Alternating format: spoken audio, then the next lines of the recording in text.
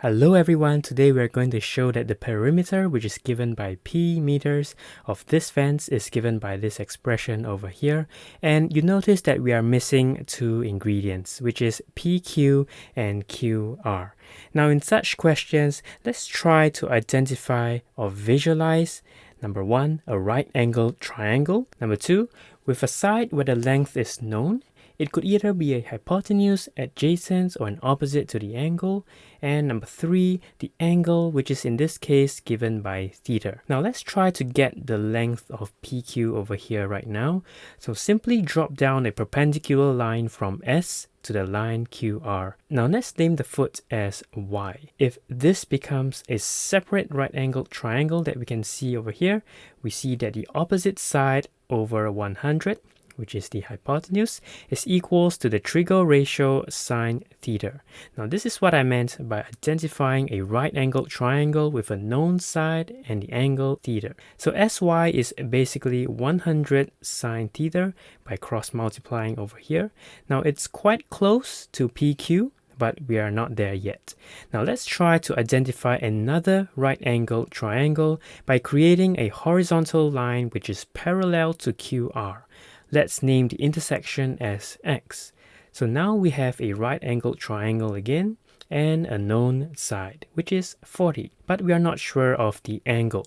So this is actually 90 minus theta, which makes this angle over here theta, because this is 90 minus theta. Alright, I hope you are not so confused over here.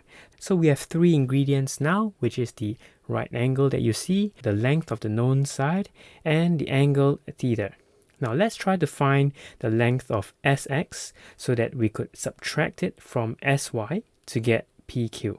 Now using the cosine ratio now, because theta is over here, SX over 40 is equals to cosine theta. Now Sx is simply 40 cosine theta. Now if you put things together, PQ is Sy minus Sx, which gives us this expression over here. Now to get QR, we could simply add Qy with YR. So things get very manageable over here when you can identify these right angled triangles. Now to get Qy, it is simply equals to the length of Px. And Px over 40 is actually a sine Trigo ratio with the angle theta. Px is simply 40 sine theta. Now to get YR, what we can do is to make reference to this triangle over here, and YR over 100, which is the hypotenuse, is equals to cosine theta, and YR is simply 100 cosine theta. Now QR is then simply 40 sine theta plus 100 cosine theta. Now to get the perimeter, which is given by P, it is equals to 40 plus 100 plus the length of PQ and QR. And this will be given by 140 plus 140 sine theta plus 60 cosine theta.